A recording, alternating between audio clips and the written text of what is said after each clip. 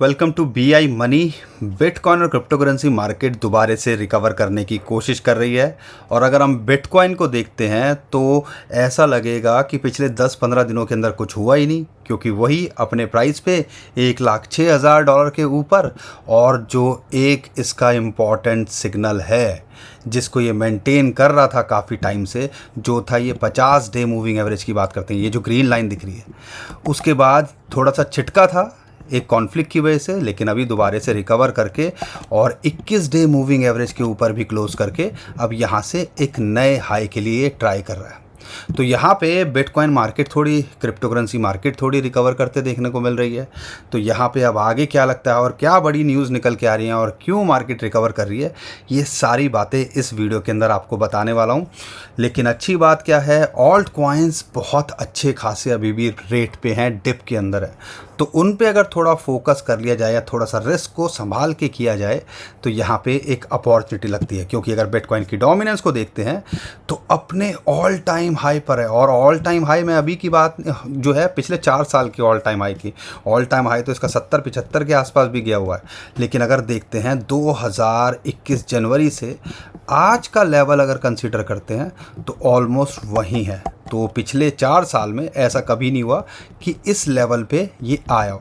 तो इस बारे में थोड़ा सा और डिटेल में बात करेंगे और क्या लगता है, और कुछ कॉइन्स की भी बात करेंगे इस वीडियो के अंदर। तो दोस्तों, ये हमारा चैनल है BI मनी के नाम से। अगर आप हमारे चैनल पे पहली बार आए तो चैनल को सब्सक्राइब कर लीजिए। इंपॉर्टेंट इन्फॉर्मेशन अपडेट हम यहाँ देने की कोशिश करते हैं और चार्ट के माध्यम से एक्सप्लेन करने की कोशिश करते हैं कि भैया मार्केट के अंदर चल क्या रहा है और टेक्निकली यहाँ पे हमें क्या लगता है। बड़ा बुलिश सिग्नल निकल के आ रहा है बिटकॉइन के लिए, उसके बारे में बात करेंगे। तो चैनल को सब्सक्राइब कर लीजिए, वीडियो को लाइक और शेयर ज़रूर कीजिएगा। तो दोस्तों, बिटकॉइन जैसी उम्मीद थी, यहाँ पर ईरान इजराइल का कॉन्फ्लिक्ट अब सीज़ फायर की तरफ जा रहा है, ख़त्म हो चुका है। USA ईरान इजराइल के अंदर जो कॉन्फ्लिक्ट चल रहा था, तो इसकी वजह से अब मार्केट यहाँ पे जैसे ही अनाउंसमेंट हुई थी उसके बाद हमने मार्केट को रिकवर करते देखने को हम सबको मिला। और यहाँ पर बिटकॉइन $1,00,000 के नीचे पिछले आप कह लीजिए 1 महीने से बात करते हैं तो इससे नीचे नहीं फिसला था। लेकिन यहाँ पर जो ऑब्ज़र्व करने वाली बात है, $1,00,000 के नीचे इसने डे कैंडल में पिछले 1 महीने से, आप कह लीजिए मई से बात करते हैं, पिछले 2 महीने से इसने क्लोज़ नहीं किया है। 8 मई के बाद में अगर आप देखते हो, इसने कभी भी $1,00,000 के नीचे क्लोज़ नहीं किया है। और ये चीज़ इतना बड़ा इशू होने के बाद में, ग्लोबल सिचुएशन ख़राब होने के बाद में भी इसने मेंटेन किया और $1,00,000 के नीचे फिसला ज़रूर, लेकिन वहाँ से ये बाउंस बैक कर गया और इसके ऊपर ही क्लोजिंग हमें देखने को मिली। तो कहीं ना कहीं ये बता रहा है कि ग्लोबल सिचुएशन में भी बिटकॉइन के अंदर बड़े बड़े इंस्टीट्यूशंस बाय कर रहे थे। एक टेक्निकल इंडिकेटर भी है, उसके बारे में मैं आगे बात करूंगा। लेकिन ओवरऑल देखते हैं तो बिटकॉइन ETF वाले क्या कर रहे थे। आप देखो, one of the biggest buying कल भी बिटकॉइन ETF वालों ने की। 4,000 से ज़्यादा बिटकॉइन तो अकेले ब्लैक रॉक ने खरीदे और यहाँ पे फिडेलिटी ने भी 1,000 के आसपास बिटकॉइन खरीदे और टोटल लगभग 5,500-6 हज़ार बिटकॉइन कल खरीदे गए। तो आप कह लीजिए इतनी बुरी सिचुएशन होने के बाद में भी, इतना सारा कॉन्फ्लिक्ट होने के बाद में भी, अगर मैं बिटकॉइन के ETF के डाटा को देखता हूं तो इनफ्लो ग्रीन के अंदर ही था। अब ये क्या बता रहा है कि सिचुएशन ख़राब थी, लेकिन यहाँ पे बिटकॉइन हमें झटकता भी दिख रहा था, लेकिन लगातार बड़े बड़े इंस्टीट्यूशंस बाय कर रहे थे। आम आदमी हो वो घबराया हुआ था, ये बात सच है। लेकिन ये जो डाटा है वो कुछ और ही कहानी कहता है। तो कल भी one of the biggest buying black rock की तरफ से देखी गई। तो ये कहीं ना कहीं हमें इशारा दे रहा है कि भैया अभी पिक्चर बहुत कुछ रह रही है। और यहाँ पे फेड के चेयरपर्सन ने एक और बात बोली है, खासकर क्रिप्टो को लेके, कि USA के अंदर बैंक्स फ्री हैं भैया कुछ भी एक्टिविटी करने के लिए, अगर आप सही तरीके से कर रहे हो।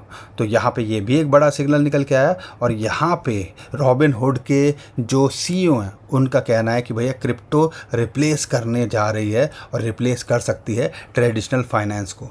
तो बहुत बड़ी इन्फॉर्मेशन अपडेट निकल के आ रही हैं, सारी चीज़ें चल रही हैं और हम कोशिश करते हैं जो भी हो आपके सामने यहाँ शेयर करने की। और यहाँ पे इतनी उधेड़ बुन के अंदर बिलियंस ऑफ डॉलर का लोगों का नुकसान हुआ और उसका एक बड़ा रीज़न था कि फ्यूचर ट्रेडिंग के अंदर अगर आप होंगे तो आप लिक्विडेट हुए होंगे, अगर आप स्पॉट में होंगे तो क्या फ़र्क पड़ रहा था। देखो मार्केट जैसे गिरी थी अभी फ़िलहाल रिकवर करते देखने को मिल रही है। तो इसीलिए थोड़ी समझदारी दिखानी चाहिए और फाइनेंस को सही तरीके से, पोर्टफोलियो को सही तरीके से मैनेज करना चाहिए।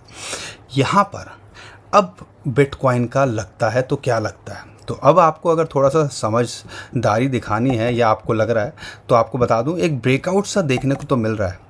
यहाँ पे $1,00,000 के नीचे इसने क्लोज नहीं किया, ये भी एक सिग्नल था। $1,00,000 एक साइकोलॉजिकल सपोर्ट निकल के आ रही थी। 21 और जो ये जो पिंक लाइन है ये 21 मूविंग एवरेज है और ये जो ग्रीन लाइन आपको दिख रही है ये 50 डे मूविंग एवरेज है। फाइनली जब वो कॉन्फ्लिक्ट खत्म हुआ उसके ऊपर क्लोज किया और पिछले 2-3 दिन से लगातार यहाँ मेंटेन कर रहा है, क्योंकि ये जो 21 डे मूविंग एवरेज ये भी एक रेजिस्टेंस का काम कर रहा था पिछले हफ्ते भर के अंदर। लेकिन इसके दोनों के ऊपर क्लोज करना एक बड़ा बुलिश सिग्नल बिटकॉइन के लिए है। अब यहाँ से अगर ये इसके ऊपर मेंटेन करता है जो कि $1,05,000 है, तो आने वाले टाइम के अंदर ये अपनी रेंज 1,10,000 से $1,12,000 या अपने नए ऑल टाइम हाई को बनाता जल्दी ही देखने को मिल सकता है। तो ये सिचुएशन फ़िलहाल हमारे सामने निकल के आ रही है बिटकॉइन को लेके कि 1,05,000 पे एक सपोर्ट है, 1,02,000 से $1,00,000 एक सपोर्ट है और एक इम्पॉर्टेंट सपोर्ट $96,000-95,000 पे बिटकॉइन को मिलती है। तो अगर आप शॉर्ट टर्म में देख रहे हो तो इन लाइंस के हिसाब से देख सकते हो, लेकिन अगर लॉन्ग टर्म में देख रहे हो तो हमें लगता है अगर यहाँ से ब्रेकआउट करता है तो 2025 में अभी भी गेम ऑन है। अगला टारगेट 1,22,000 से $1,25,000 हो सकता है और आने वाले टाइम के अंदर अगर चीज़ें सही रही तो ये $1,50,000 जो हम सोच रहे हैं होना चाहिए वहाँ तक भी आपको जाता देखने को मिल सकता है। आपको क्या लगता है कमेंट में हमें ज़रूर बताइएगा और इस चैनल को सब्सक्राइब कर लीजिएगा। बार बार इसलिए बोल रहे हैं क्योंकि नया चैनल है, यहाँ पे हम कोशिश कर रहे हैं आपको डिटेल में चीज़ों को समझाने की। तो ये हमारे चैनल को सब्सक्राइब ज़रूर कर लीजिएगा क्योंकि हम यहाँ पे कोशिश कर रहे हैं क्रिप्टो से रिलेटेड कंटेंट बनाने की, और वीडियो को लाइक भी ज़रूर कर दीजिएगा। ठीक है दोस्तों, अब ये ओवरऑल सारी चीज़ें बिटकॉइन को लेके है, लेकिन मसला बिटकॉइन के साथ कम है और ऑल्ट कॉइन्स के साथ में ज़्यादा है। बिटकॉइन की डोमिनेंस यहाँ पे अभी अच्छी खासी बढ़ी हुई है, 65-66% तक पहुँच गई थी।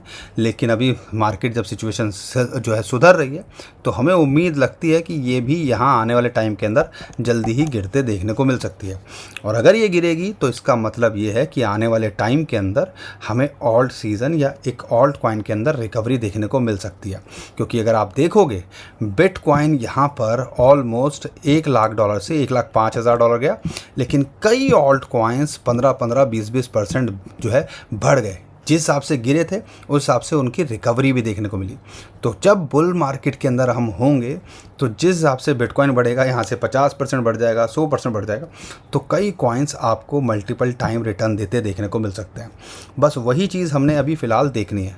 लेकिन सबसे ज़्यादा हमारी नज़र है वो है इथेरियम के ऊपर, क्योंकि एक बॉक्स के अंदर तो ये ट्रेड कर ही रहा था, ये भी झटका था। 100 डे मूविंग एवरेज की सपोर्ट मिली $2,000 $2,100 पे और वहाँ से बाउंस बैक करके अब दोबारा से एक रेजिस्टेंस जोन जो निकल के आ रहा है, अब वो निकल के आ रहा है 50, 2500, 75 या $2,600 के आसपास एक रेजिस्टेंस है और एक रेजिस्टेंस इसको $2,700, मतलब आप कह लीजिए $2,900 से लेके $2,600 एक इम्पॉर्टेंट रेजिस्टेंस जोन इसके लिए निकल के आ रहा है।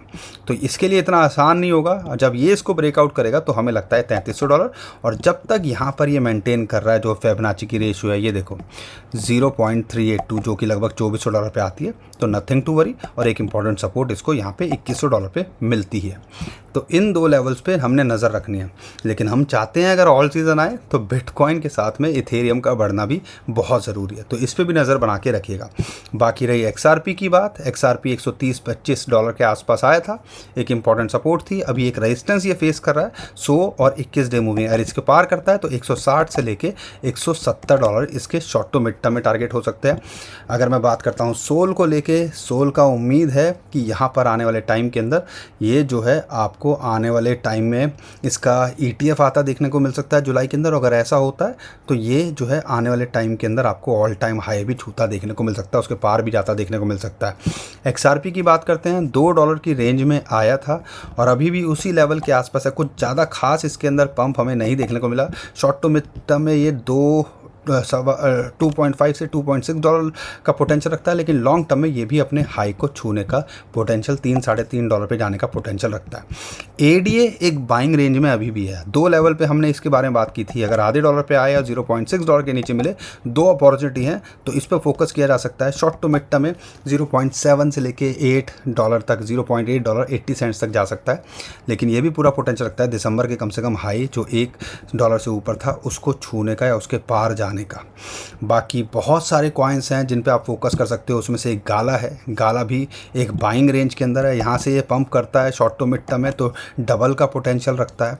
ऐसे ही अगर मैं पेपी की बात करता हूँ, 8,000 की रेंज में आया था हमारी रेंज में, अगर यहाँ से बाउंस बैक करता है तो हमें लगता है 12,000 से 16,000 का पोटेंशियल ये रखता है।